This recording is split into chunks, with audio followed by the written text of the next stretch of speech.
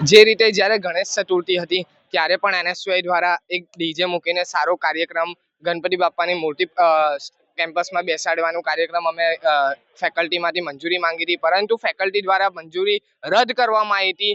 આ મંજૂરી ફક્ત એબીવીપીને આપવામાં આવી રહી છે. આ હોલીની મંજૂરી પણ દરેક ગ્રુપ મારફતે માંગવામાં આવી હતી. વારંવાર અમારી મંજૂરી રદ કરે છે અને એબીવીપી યુનિવર્સિટીના કેમ્પસમાં આડેધડ ડીજે મૂકે છે, આડેધડ બધા કાર્યક્રમો મૂકે છે. એમણે કોઈ મંજૂરીની જરૂર નથી. કેમ? આ યુનિવર્સિટી એબીવીપીની છે. આ યુનિવર્સિટીમાં જે પણ સ્ટાફ મેમ્બરો છે એબીવીપીના કહેવા પ્રમાણે કામ કરી રહ્યા છે.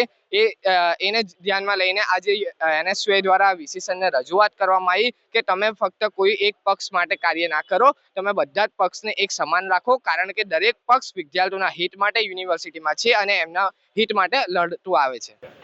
યુનિવર્સિટીમાં જ્યાં કામ કરવાની વાત હોય ત્યાં યુનિવર્સિટીના સત્તાધીશો કામ કરતા નથી. જે સ્વચ્છતાનો મુદ્દો હોય, વિદ્યાર્થીઓના અલગ અલગ ડિપાર્ટમેન્ટોમાં, અલગ અલગ ફેકલ્ટીઓમાં જ્યાં તેમને તકલીફો પડી રહી હોય તેના મુદ્દા હોય, તેમને કામ નથી કરવા. પણ યુનિવર્સિટીમાં જ્યારે કોઈક પરમિશન લેવા આવે ત્યારે અમે યુનિવર્સિટીના વિદ્યાર્થીઓ માટે કંઈક લઈને જઈએ તો અમારા જે આવેદનપત્રો હોય, અમારી જે વાતો હોય તેના પર વાંધા ઉઠાવવાના અને કોઈના એજન્ટ બનીને તમે વાલાદવાલાની નીતિ અપનાવશો તો આ એનએસયુઆઈ સંગઠન તમને ખેસથી સન્માનિત કરીને અને બિરુદ આપશે કે આ સંગઠનના તમે એજન્ટ છો.